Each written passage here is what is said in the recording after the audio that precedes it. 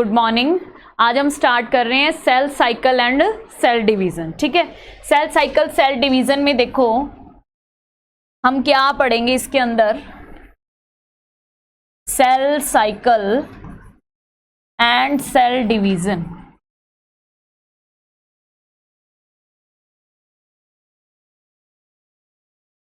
To type का cell division होता है, एक होता है माइटोसिस और एक होता है मियोसिस। ठीक है, टाइप ऑफ सेल डिवीजन,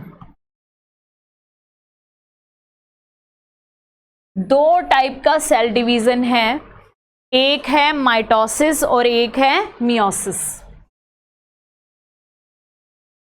एक क्या है माइटोसिस और दूसरा क्या है मियोसिस। ठीक है, अब देखिए आप लोगों के एग्जाम में इसके ऊपर क्वेश्चन क्या पूछा जाता है। माइटोसिस है, इसे बोलते हैं इक्वेशनल डिवीजन। क्या बोलेंगे? Equational division. तो इसके नीचे आप लिखो माइटोसिस को हम बोलते हैं इक्वेशनल डिवीजन और मियोसिस को क्या बोलते हैं? मियोसिस को बोलते हैं रिडक्शनल डिवीजन। आप लोगों से ये क्वेश्चन पूछा जाता है। ठीक है भाई, किस डिवीजन को इक्वेशनल डिवीजन बोला जाता है और किस डिवीजन को रिडक्शनल डिवीजन बोला जाता है। अब देखो इक्वेशनल और रिडक्शन का मतलब क्या है। इक्वेशनल डिवीजन का मतलब ये है, अच्छा पहले आपको ये पता होना चाहिए कि हमारी बॉडी के अंदर हर एक सेल में कितने क्रोमोसोम है? 46। कितने क्रोमोसोम है? 46। यानी हमारी एक सेल है, इसके अंदर अगर 46 क्रोमोसोम है और ये जब डिवाइड होएगी तो इससे क्या बनती हैं? दो सेल बनती हैं।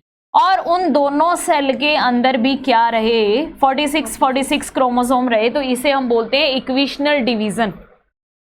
अब देखो आप लोग ये सोचोगे कि ये कैसे पॉसिबल है भी, इसमें 46 है, इन दोनों में तो अगर हम अपना दिमाग लगाएं तो 23 जाने चाहिए, है ना? कितने जाने चाहिए? 23 जाने चाहिए, लेकिन आ रहे हैं 46। इसीलिए तो इस डिवीजन को क्या बोलते हैं? Equational division. भाई इक्वल है, यहाँ पे 46 है तो यहाँ पे भी 46 है, यहाँ पर भी 46 है। तो ये 46 क्रोमोसोम कैसे हो पाते हैं ये हमें यहाँ पे समझना है। ठीक है, तो पहले हम माइटोसिस को समझेंगे। एक चीज और याद रखनी है आपको कि माइटोसिस है, ये किस में हेल्प करता है? माइटोसिस ये किस में हेल्प करता है? बॉडी की ग्रोथ में। इसका आप फंक्शन लिख सकते हो। माइटोसिस क्या काम करता है हमारी बॉडी के अंदर? बॉडी ग्रोथ, हीलिंग का मतलब क्या है? कोई चोट लग गई, कोई घाव हो गया, तो उस टाइम उस घाव को भरने में कौन हेल्प करता है? माइटोसिस हेल्प करता है। कौन हेल्प करता है? माइटोसिस। जो हमारी बॉडी की लगातार ग्रोथ होती रहती है, मतलब एक सेल से दो सेल, आप कहते हैं ना छोटे बच्चों की ग्रोथ ज्यादा होती है, यानी 1 से 2 सेल बन रही है, 2 से 4 सेल बन रही है, 4 से 8 और उसकी हाइट धीरे धीरे बढ़ रही है। तो ऐसे थोड़ी ना होगा कि हर सेल में हाफ नंबर ऑफ क्रोमोसोम होते जाएं। अगर ऐसे क्रोमोसोम कम होते गए तो भाई उसकी हाइट बढ़ते बढ़ते उसमें सेल बनते बनते क्रोमोसोम तो खत्म हो जाएंगे। लेकिन यहाँ पे माइटोसिस किस में हेल्प करता है? बॉडी की ग्रोथ में हेल्प करता है, हीलिंग में। कोई इंजरी हो गई है, कोई नए टिश्यूज बन रहे हैं, ठीक है, उन सब में कौन सा डिवीजन हेल्प करता है? माइटोसिस हेल्प करता है। अब यहाँ पे हमें ये समझना है कि एक सेल के अंदर 46 क्रोमोसोम है और उससे जब दो सेल बनती हैं तो उनके अंदर 46 कैसे चले जाते हैं, इस चीज को हमें समझना है। क्योंकि हमें क्या लगेगा भाई 23 जाने चाहिए, लेकिन दोनों में 46 कैसे हुए ये समझिए। हम सबसे पहले लेंगे यहाँ पे सेल। क्या लेंगे? सेल। ये मान लो हमारी सेल है, इस सेल के अंदर क्या है? न्यूक्लियस, और न्यूक्लियस में क्या पड़ा है? क्रोमोसोम, और क्रोमोसोम के अंदर होता है डीएनए। ये हमारी नॉर्मल सेल है। ये हमारी क्या है, नॉर्मल सेल है। कि एक सेल के अंदर न्यूक्लियस, ये राउंडेड स्ट्रक्चर है, इसे क्या बोलते हैं, न्यूक्लियस। न्यूक्लियस को हम क्या बोलते हैं, controller of the cell. Nucleus को क्या बोलते हैं, कंट्रोलर ऑफ द सेल, यानी सेल की सारी एक्टिविटीज को कंट्रोल करता है। इसके अंदर ये क्या है, क्रोमोसोम। क्रोमोसोम के अंदर क्या है, डीएनए। अब डीएनए की फुल फॉर्म आप लोगों से पूछी जा सकती है। डीएनए की फुल फॉर्म क्या होती है, deoxy ribose nucleic acid. Deoxy ribose nucleic acid.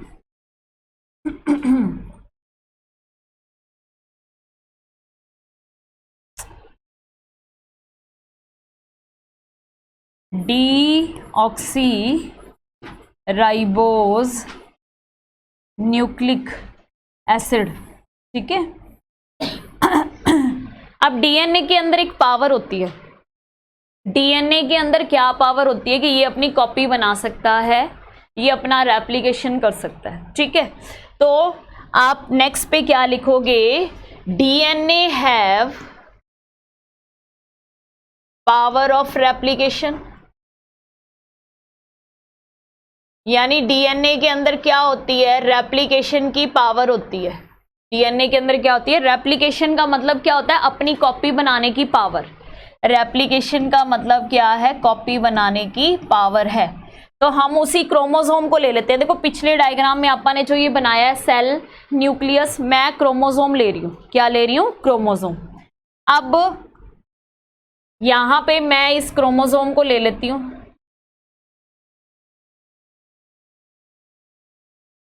इस क्रोमोसोम के अंदर मैंने क्या बना लिया, डीएनए बना लिया। क्रोमोसोम के अंदर मैंने क्या बना लिया, ये डीएनए बना लिया। और इस डीएनए के अंदर क्या पावर है, रेप्लिकेशन की, अपनी कॉपी बनाने की पावर है। ये एक क्रोमोसोम लिया है मैंने, ये क्या लिया है, एक क्रोमोसोम लिया है। अब इसके अंदर डीएनए की कॉपी बनेगी। डीएनए की कॉपी बना दो भाई, बना दी डीएनए की कॉपी। अब एक क्रोमोसोम के अंदर एक जैसे दो डीएनए हो गए। एक क्रोमोसोम के अंदर एक जैसे दो डीएनए का क्या काम, कोई फायदा नहीं है, ठीक है। तो ये क्रोमोसोम अपने आप बीच में से, यहां से इसके अंदर ऐसे पार्टीशन बननी शुरू हो जाएगी। इसमें से बीच में ऐसे क्या है, पार्टीशन बननी शुरू हो जाएगी। और अब थोड़े टाइम के बाद ये क्रोमोसोम हमें ऐसा दिखना शुरू हो जाएगा, ऐसा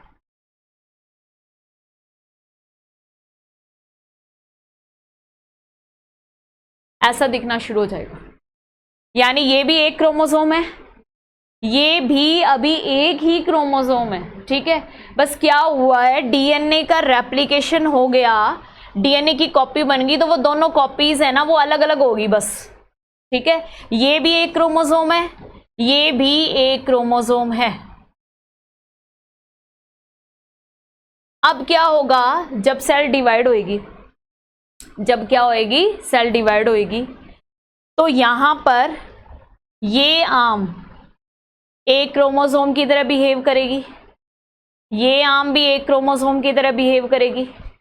यानी जब मान लो ये हमारे पास एक न्यूक्लियस है, इसके अंदर अब ये वाला क्रोमोसोम पड़ा है, ये वाला क्रोमोसोम पड़ा है। अब ये बीच में से ऐसे टूट जाएगा, इधर वाला हिस्सा एक सेल में चला जाएगा, इधर वाला हिस्सा एक सेल में चला जाएगा,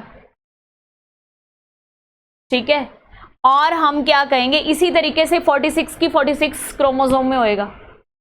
इसी तरीके से 46 के 46 क्रोमोसोम में होगा। यानी हम क्या कहेंगे कि 46 क्रोमोसोम इधर चले जाएंगे, 46 इधर आ जाएंगे, ठीक है। यानी 46 से हम क्या कहेंगे, 46 इस तरीके की आर्म्स हैं वो इधर आ जाएंगी, 46 इधर चली जाएंगी। तो बन गया 46 से 46 46। बताओ भी, समझ में आ गया सबको। किसी को नहीं आया तो बोलो कि किस तरीके से इक्वेशनल डिवीजन के अंदर 46 से 2 सेल के अंदर 46 क्रोमोसोम रह जाते हैं। समझ में आ गया सबको? ठीक है, चलो अब हम, ये हो गया अपना माइटोसिस। माइटोसिस में क्या होता है? 46 ओके, इक्वेशनल डिवीजन। अब हम करेंगे मियोसिस। आपको एक चीज याद रखनी है मियोसिस के बारे में। मियोसिस क्या है? रिडक्शनल डिवीजन है। मियोसिस क्या है? रिडक्शनल डिवीजन है। और इससे जब भी सेल्स बनेंगी उनमें क्या है? हाफ नंबर ऑफ क्रोमोसोम होंगे। क्या होंगे? Half number of chromosome. जैसे मान लो एक सेल में 46 है तो इससे 2 सेल बनेंगी और उनके अंदर क्या होंगे? 23, क्योंकि इसे क्या बोल रहे हैं? रिडक्शनल डिवीजन, यानी क्रोमोसोम नंबर आधा रह जाएगा। क्रोमोसोम नंबर क्या रह जाएगा? आधा रह जाएगा। और ये कंडीशन कहाँ पे होती है? ये कंडीशन होती है गैमीट फॉर्मेशन के टाइम। कहाँ होती है? गैमीट फॉर्मेशन के टाइम। यानी आपको एक चीज याद रखना है, पूरी अर्थ के ऊपर जहां पर भी मेल और फीमेल गैमीट्स बन रहे हैं वहां पे ऑलवेज क्या होगा? मियोसिस होगा। क्या होगा? मियोसिस। कहां पर मियोसिस होगा? Formation of gametes. अब देखो गैमीट्स क्या है? गैमीट्स जब फ्यूज होते हैं ना तो नई जनरेशन आती है। गैमीट्स जब फ्यूज होंगे तो क्या होगा? नई जनरेशन आएगी। जैसे आपको तो बस यहाँ पे प्लांट और एनिमल्स का ही पढ़ना है, ठीक है। प्लांट के अंदर मेल गैमीट को क्या बोलते हैं? प्लांट में मेल गैमीट को बोलते हैं पॉलन ग्रेन। क्या बोलते हैं? Pollen grain. और एनिमल्स के अंदर मेल गैमीट को क्या बोलते हैं? स्पर्म। और फीमेल गैमीट दोनों के अंदर ही क्या है? एग है। एग या ओवा, सेम, ठीक है। एग या फिर ओवा। ओके, तो ये जो गैमीट्स है ना, ये हमेशा क्या होते हैं? हैप्लॉयड होते हैं। गैमीट्स हमेशा क्या होंगे? हैप्लॉयड। हैप्लॉयड का मतलब क्या होता है? Half number of chromosome. यानी जो 46 है ना, इसे हम बोलते हैं डिप्लॉयड। अभी मैं बताती हूँ डिप्लॉयड और हैप्लॉयड कहने का रीजन क्या है। ये क्या होते हैं? डिप्लॉयड, या फिर इनके ब्रैकेट में आप क्या लिख सकते हो? 2n। हाफ नंबर हो गया। ये क्या है? n। या फिर इनको क्या बोल देते हैं? हैप्लॉयड। अब इनके अंदर देखो, प्लांट्स के अंदर पॉलन ग्रेन्स, स्पर्म्स एनिमल्स के अंदर, एग, ओवा, इनके अंदर हाफ नंबर ऑफ क्रोमोसोम होने का रीजन क्या है? इनके अंदर हाफ नंबर ऑफ क्रोमोसोम होने का रीजन है तो ये जब आपस में फ्यूज होंगे तो फिर से 46 हो जाएंगे। फिर से क्या है? 46 हो जाएंगे। जैसे आप क्या करते हैं, अपनी अर्थ के ऊपर, अर्थ पे जो भी लाइफ है, लाइफ के अंदर हमें क्या करना है? क्रोमोसोम नंबर को, हमें क्या करना है? क्रोमोसोम नंबर को मेंटेन रखना है, ठीक है। मेंटेन रखने का मतलब क्या है कि अगर 46 क्रोमोसोम, जैसे ह्यूमन बीइंग की बात करें, हमारे अंदर 46 है, ठीक है, तो हमारे जो बच्चे होंगे उनके अंदर भी 46 होने चाहिए। ऐसे नहीं हो सकता कि उनके अंदर 47 हो या 45 हो या 94 हो, तो वो सरवाइव नहीं करेंगे, उनको कोई ना कोई जेनेटिक डिसऑर्डर हो जाएगा, ठीक है। तो यहाँ पे 46 है तो 46 क्रोमोसोम नंबर को मेंटेन रखने के लिए, अब मान लो हम ये कहें कि स्पर्म है, स्पर्म के अंदर कितने हैं? 23, वो क्या है? हैप्लॉयड है। और एग है, एग के अंदर कितने हैं? 23, वो भी क्या है? हैप्लॉयड है। दोनों का फ्यूजन होगा, दोनों का फ्यूजन होगा, n और n क्या हो जाएंगे? 2n हो जाएंगे, डिप्लॉयड हो जाएंगे, और क्रोमोसोम नंबर कितना हो जाएगा? 46 हो जाएगा। इस स्ट्रक्चर को हम क्या बोलेंगे? जाइगोट। यानी कि ये देखो, क्रोमोसोम नंबर की कंटिन्यूटी को मेंटेन रखने के लिए, यानी जितने क्रोमोसोम हमारे अंदर है उतने ही हमारी अगली जनरेशन्स में होने चाहिए, इसको मेंटेन रखने के लिए मियोसिस का होना जरूरी है। ठीक है, अगर ये नहीं हुआ तो फिर सारा काम है वो गड़बड़ा जाएगा। ओके, और जो क्रोमोसोम की जो कंटिन्यूटी है वो डिस्टर्ब हो जाएगी और जेनेटिक डिसऑर्डर हो जाएंगे, एबनॉर्मलिटीज़ आ जाएंगी और जो भी न्यू जनरेशन है वो सर्वाइव नहीं कर पाएगी। ठीक है, तो इसलिए मियोसिस का होना बहुत ज़्यादा ज़रूरी है।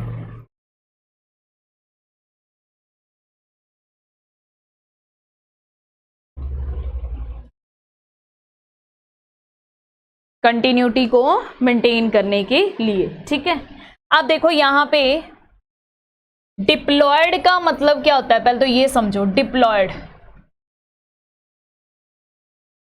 2n कहते हैं हमारे अंदर जो क्रोमोसोम है ना, कितने हैं, 46 हैं, वो क्या है, पेयर्स में है। क्या स्लो, क्या हुआ, समझ नहीं आया? देखो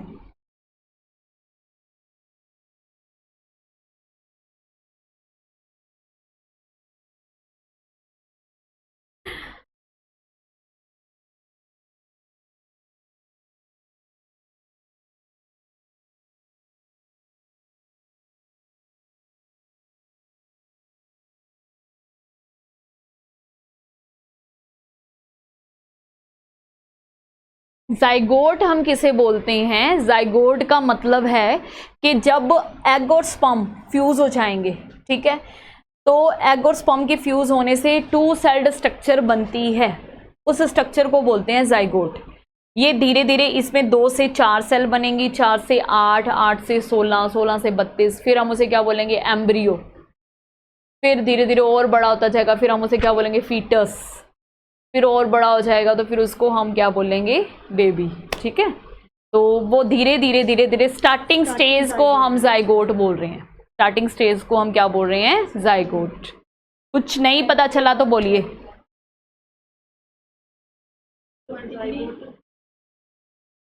हाँ जी, 23 एम्ब्रियो, फीटस।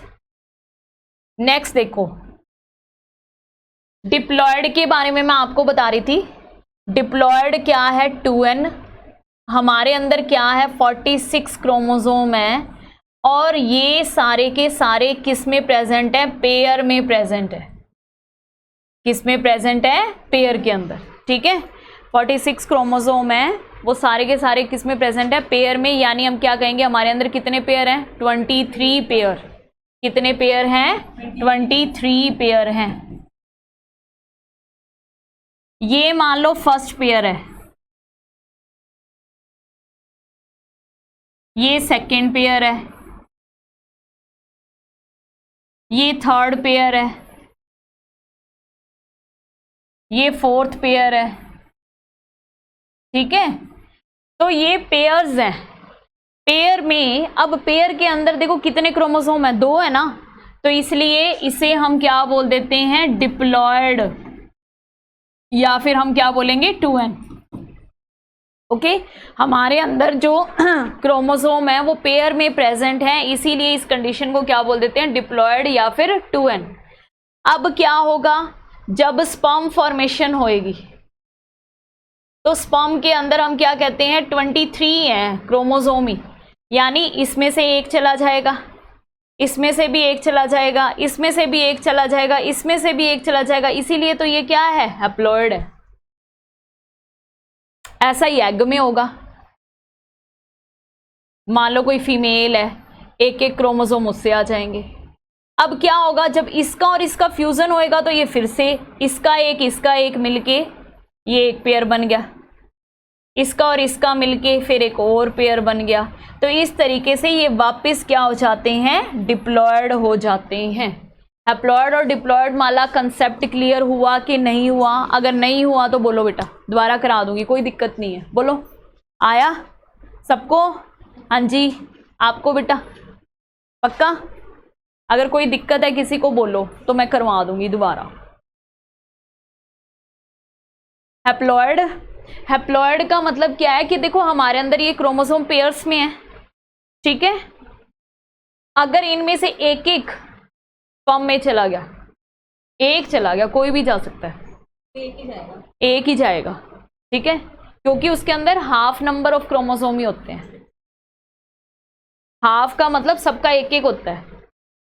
ऐसे ही एग के अंदर होगा कि फीमेल से एक एक आएगा, फिर ये दोनों जब आपस में क्रॉस करेंगे तो फिर से पेयर में बन जाएंगे, तो फिर बच्चे के अंदर हम क्या कहेंगे, वापस 46 क्रोमोसोम पहुंच गए।